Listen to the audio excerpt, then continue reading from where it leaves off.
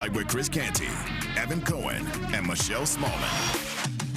I think it's fair to ask whether or not this core of players has missed their window. And I go back to that NFC Championship game that they had a couple of years ago out in the Bay Area where Dan Campbell went for it on all the fourth down and came up snake eyes. That felt very much so like the best chance to be able to get to the big game and win a Lombardi. And I don't know that this group as constituted is going to be able to have another opportunity like that. I got a feeling. They're with the Lions. If they lose tonight at home, they drop to 7-6. More likely than not, they're not going to make the playoffs. Yeah. What happens with them here? How do you look at that Lions team with your former teammate, Dan Campbell, as their head coach? Well, first, let's start with the reality of their season right now. They have 5 games remaining, including tonight. And 4 of those opponents are 500 or better. The only one that's not is the Minnesota Vikings, and they lost to Minnesota at home earlier in the season. So that's what they're dealing with. They've got injuries on both sides of the ball. The offensive line, especially the interior trio, is not what it once was. They've got the cluster injuries on the back end of their defense, and you've seen the brain drain when it comes to the talent on the coaching staff, with both coordinators defecting this past offseason to become head coaches, and how that has been clunky in terms of transitioning to successors. I think we will look back post-mortem at the Lions season and say to ourselves, this should have been obvious, because the departures of Ben Johnson, Aaron Glenn, and Frank Ragnow proved to be too much for this team to overcome. And based on tonight's opponent, the challenges that the Dallas Cowboys pose, strong on both sides of the ball up front, especially on the interior. That is the weakness of the Detroit Lions. Oh, by the way, the Detroit Lions secondary banged up. Wrong week to be banged up going up against George Pickens and CeeDee Lamb. Yeah. And how those guys dominate, especially in man coverage, which Detroit likes to major in. And then, oh, by the way, when it comes to their offense, it's potent. It's second in points, first in yards. What they do is control the complexion of the game so they can keep the strength of your football team, which is your offense, off the field. I just think that in all the ways, this is a bad matchup for Detroit. Now, what I will say is, because Dan Campbell is the man I know him to be, a tremendous leader, he can get his guys up for any game. So I don't think that this is going to be the Dallas Cowboys steamrolling the Detroit Lions by any means tonight.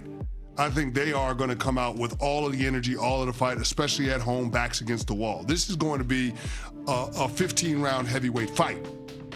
But in the end, I do think that the deficiencies for the Lions are too much to overcome. And if they can't win tonight, then their playoff hopes are a wrap.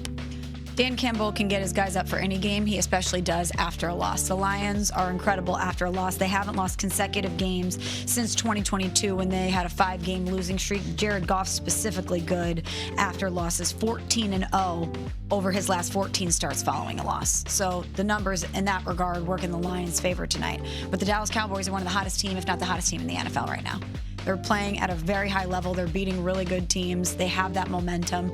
It's going to be a very, very fun game for us to watch. But if the Lions lose this game and ultimately miss the playoffs, with the complexion of that division too, the Packers are young. You don't expect them to get much worse.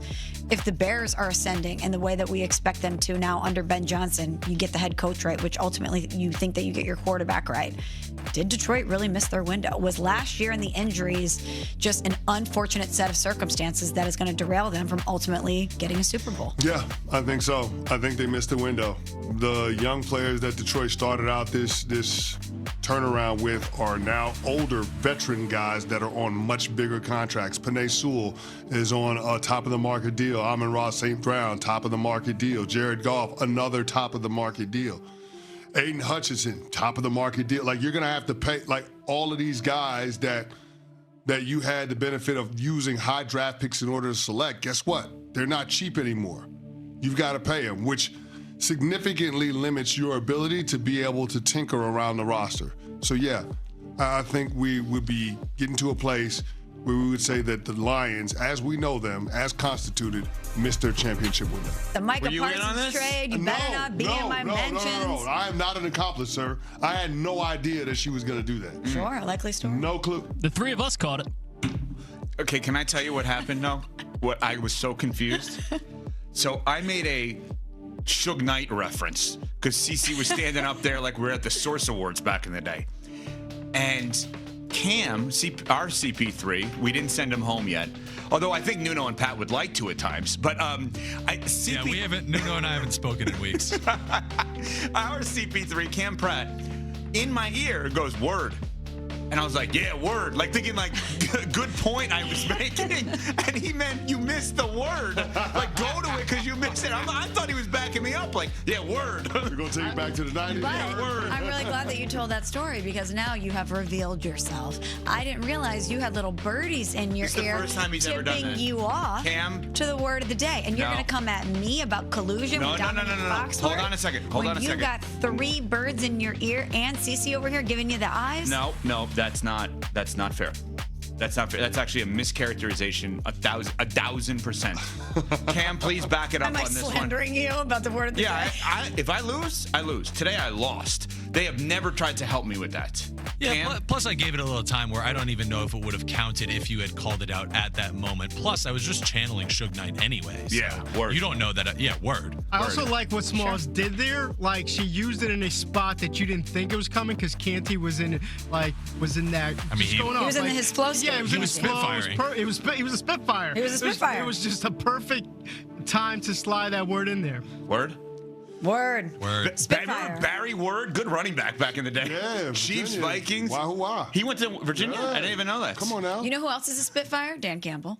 Wow, what a person transition. with a fiery temper. Dan What did somebody in Campbell. your ear get us back on track? No. That was a hard left turn. No, I'm wasn't just it? telling you. My Because you know goodness. what we don't do? I give the word of the day. Sometimes Evan gets it, sometimes he doesn't. I don't really recycle them. So I need to start using the words of the day again. So Spitfire, CeCe was one, Dan Campbell is one. No, absolutely not. You're saying the next day or within that same show?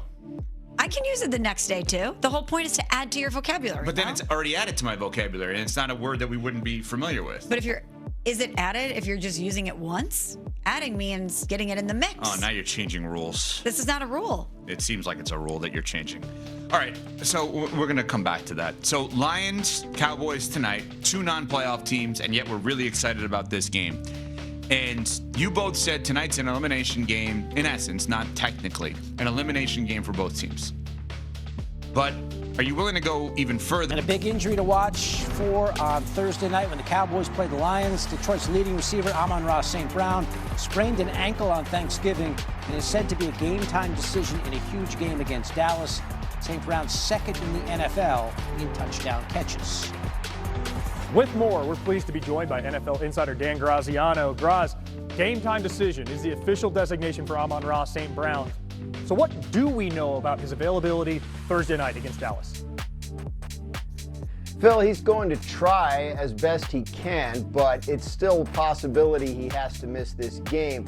The Lions had 3 official practice days this week, Monday, Tuesday, and Wednesday. He was listed as did not practice on each of those 3 days. He did get some work off to the side with trainers each of those 3 days, and his plan is to continue to work at it throughout the day Thursday and see if he can get himself ready to play. He wants to make sure he can cut and stop and make those sudden movements he needs to make on that ankle. If he doesn't feel he can do that effectively, then he won't go.